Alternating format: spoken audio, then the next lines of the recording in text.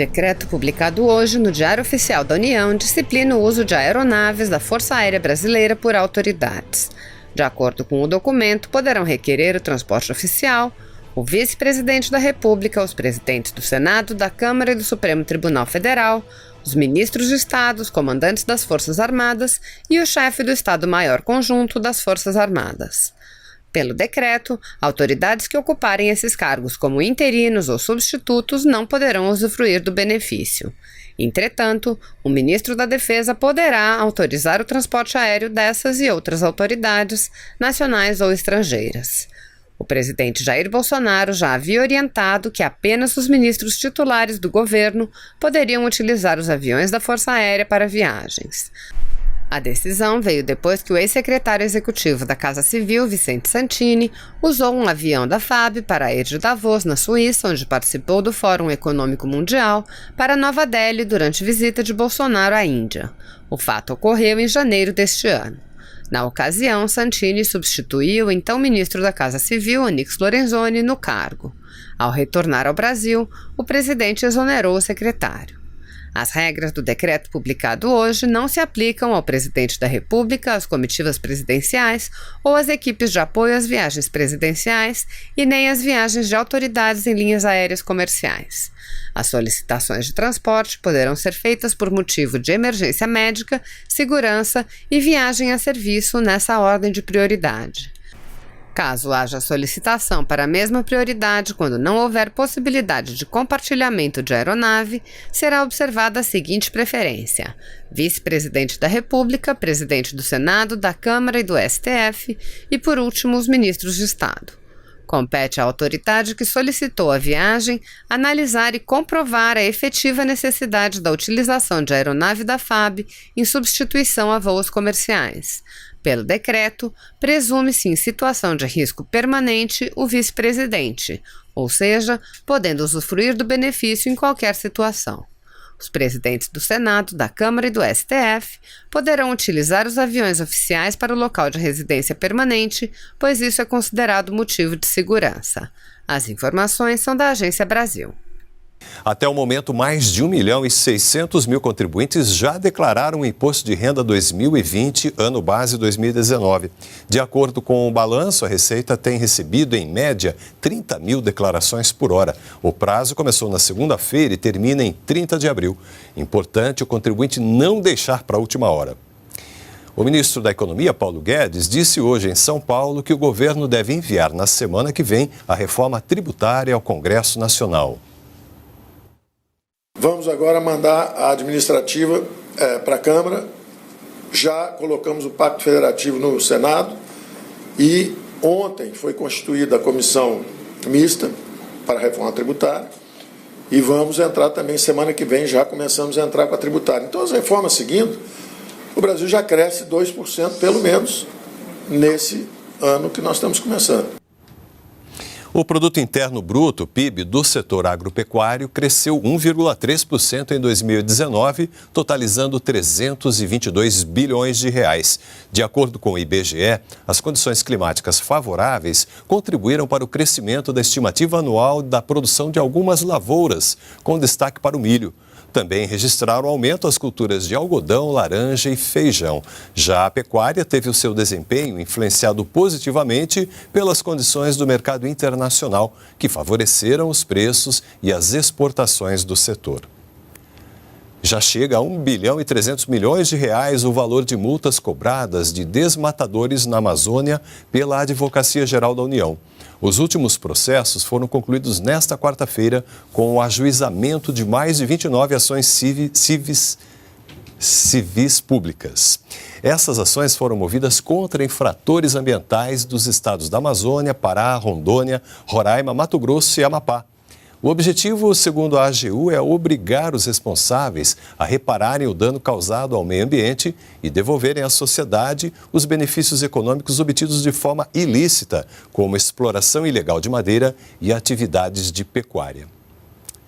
E a gente encerra com uma notícia para a criançada e para os jovens. Os estudantes matriculados em escolas públicas e privadas de todo o Brasil já podem se inscrever no 12º concurso de desenho e redação da Controladoria Geral da União, dividido em 14 categorias. O concurso pretende despertar nos alunos o interesse por temas como controle social, ética e cidadania. A inscrição é gratuita e vai até o dia 24 de agosto. Mais informações no endereço que aparece aí na sua tela. Início de ano letivo e um material escolar novinho em folha ajuda a incentivar os alunos. O Ministério da Educação e o Fundo Nacional de Desenvolvimento da Educação já distribuíram mais de 3 milhões de kits escolares para alunos que estão terminando o ensino fundamental. Um apoio para tornar o ambiente de sala de aula mais interessante para as crianças. Caderno, lápis, borracha, cola, apontador, caneta, régua e tudo mais que for necessário para realizar as atividades em sala de aula. Mais de 3 milhões de kits escolares já foram distribuídos em escolas públicas de todo o país. Na compra dos materiais foram investidos 164 milhões de reais, recursos da União, estados e municípios. O que a gente quer fazer é universalizar, principalmente pelo valor, que é um valor que, R$50 em média um kit, cabe no orçamento da maioria dos prefeitos do governo federal. Os kits são destinados a estudantes da educação infantil, do ensino médio e fundamental e também da educação para jovens e adultos. E a escolha dos itens levou em consideração a saúde dos alunos e do meio ambiente. Nenhum material contém substâncias tóxicas na composição. Tem lápis de cor, tem canetinha, tudo isso é atóxico e tudo isso é material reciclável e reciclado.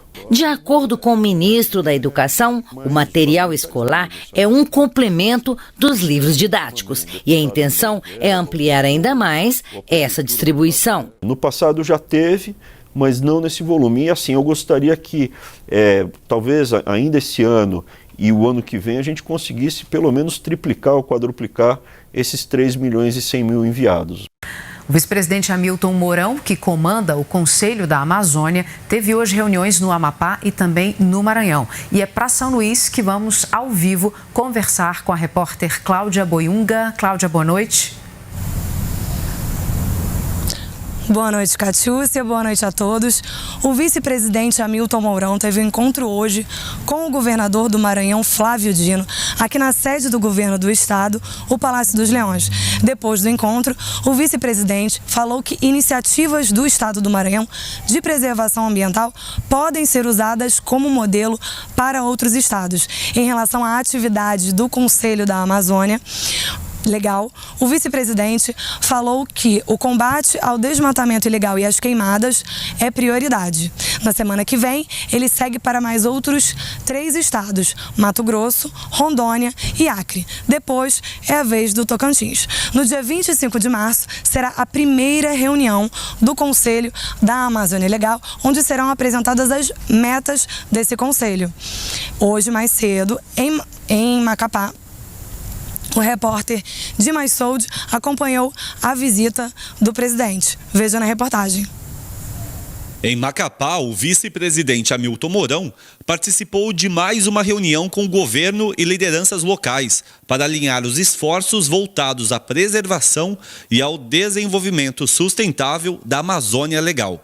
A nossa visão é que o Conselho ele tem que atuar em 3 ações gerais, que são a ação de proteção, a ação de preservação e a ação de desenvolvimento sustentável da região da Amazônia.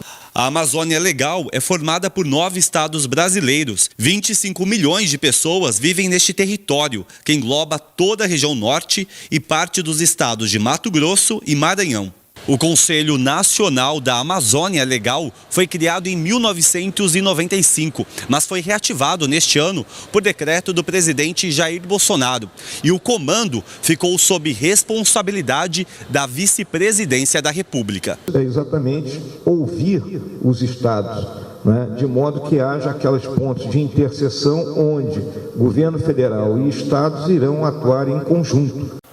E agora, falando em transparência, o cidadão brasileiro ganhou nesta quarta-feira, ontem, mais uma ferramenta para acompanhar as ações do governo federal. É a Agenda Mais Brasil. Vamos conhecer na reportagem. A plataforma Agenda Mais Brasil traz informações dos projetos, programas e políticas públicas considerados prioridade pelo governo. O projeto é coordenado pela Casa Civil da Presidência da República. No endereço gov.br/Agenda Mais Brasil estão 24 projetos divididos em temas como saúde e segurança pública. O usuário também pode se cadastrar para receber informações pelo smartphone via WhatsApp. Estão na plataforma, por exemplo, o projeto Acolhida, iniciativas de combate à corrupção e ao crime organizado, o programa Criança Feliz, projetos de infraestrutura, saúde e educação, além da nova Previdência. A população passa a ter em suas mãos informações e números que demonstram o trabalho dos diversos ministérios e órgãos governamentais definidos por temas orientadores, que representam os principais anseios da nação brasileira. A divulgação é uma forma de manter a população informada sobre as atividades do governo, segundo destacou o presidente Jair Bolsonaro durante o lançamento aqui no Palácio do Planalto. É também uma prestação de contas à sociedade. Nós queremos cada vez mais, de forma prática e objetiva, permitir a todos no Brasil que possam acompanhar a execução de suas obras. E em percebendo algo anormal, colaborar no sentido de que aquela obra seja redirecionada no que diz respeito aos seus gastos. Se você apoia Jair Bolsonaro, curta este vídeo, manifeste a sua opinião e compartilhe para que a vontade do povo brasileiro seja conhecida. Inscreva-se no canal para ter acesso gratuito ao nosso conteúdo. Uma produção Folha Política.